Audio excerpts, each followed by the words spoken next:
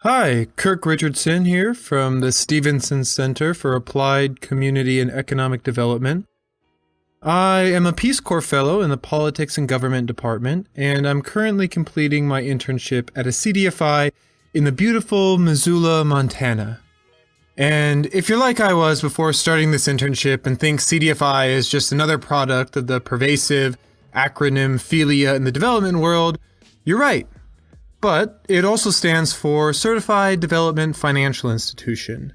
CDFIs can be a community bank, nonprofit organization, or something similar.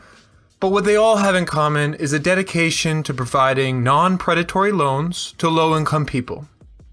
One of the more common forms of this is small business lending, which just so happens to be our core product.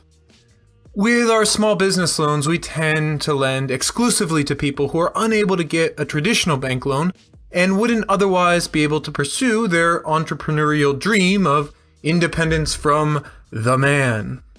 Within my organization, which serves both Montana and Idaho, I do a lot of different odd jobs. From generating analytic reports within our CRM, to promoting new products by traveling to communities across the two states and meeting with developers and local residents face to face. So even though I'm working in the finance industry, I'm doing things that aren't so different from what I've done in the past. And I've bounced around quite a bit. And I've learned that I'm simply most comfortable being a jack of all trades. And I'm finally accepting that and ready to come out as a generalist in an age of hyper-specialization. And considering my background, it is surprising it took so long. After graduating from university with an English degree, I worked on community development projects in the Peace Corps for 2 years. I went to Georgia, not the state, but the country. Or sometimes I say, the former Soviet Republic of Georgia. But people sometimes think that I'm just trying to be fancy, like saying the Providence of Rhode Island. So now I mostly just say, a small country, right below Russia, on the Black Sea. And that usually elicits enough intrigue to ask the question, which country? And then I can just say, Georgia.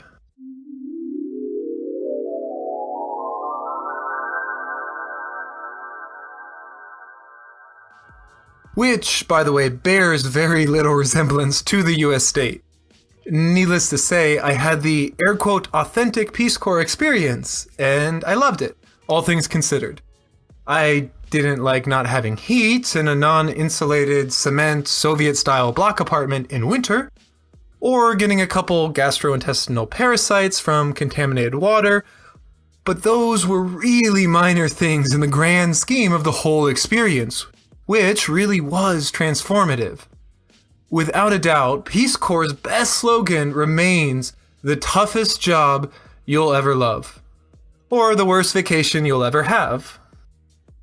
The Peace Corps was also where I learned that I like playing the chameleon, code switching between friends of different nationalities or between host country politicians and the villager whose wine I was helping to make was fun. Seeing multiple perspectives and understanding the patterns of thought between diverse groups of people has been one of the most useful skills I've accrued through experience. So, if you're like me, and you are fretting over your programmatic choices, or where you might end up for an internship or for Peace Corps, my advice is to adopt the meta perspective, and believe that if you have the right mindset, you will learn useful skills and have a profound experience no matter what. And that the fellowship or Peace Corps service, whichever you're contemplating, will define your life to an extent, but it doesn't have to define your career if you decide you don't want it to. The decision will ultimately still be yours. You'll just be better informed to make those decisions. And that sense of being informed and a feeling of self-efficacy are definitely two things that have grown during my experience at Illinois State. On the one hand, the applied nature of the program is immensely refreshing. Trust me, I love going down the rabbit hole, and I like to explore big questions. After all, I graduated with a degree in English during the recession. I sacrificed for the ramen noodle ideals of the dorm room. And I don't think those ideas are trivial. I don't want to dismiss them. But for people who want to be effective in the world, who want their ideas to mean something, there has to be a connection to the actual events and forces that shape our built environment. And it can be very hard to really see those forces when we aren't directly interacting with them. And academia is something of a shelter from them, which can be good for providing a needed third-party perspective and informing practitioners and changing the way things are done and directing our cultural ethos on the grand scale. However, that sort of change comes when tempered with and informed by how things work in the day-to-day among people and organizations chasing narrow goals or doing really good, but being slowed by good-intentioned regulations or a lack of money or inter-organizational competition or whatever. It's all gray, and it only gets grayer the farther one gets from self-contained arguments. A lot of things cannot be accounted for in statistical modeling. So just like balancing quantitative work with qualitative data, I like to supplement my education with practice. And that is one of the benefits of the Stevenson Center program.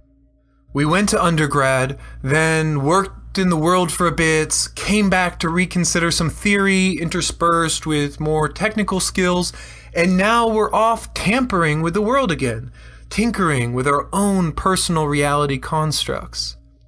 I think this is the best way to engage with the world, and that is why I appreciate the Stevenson Center and its applied focus.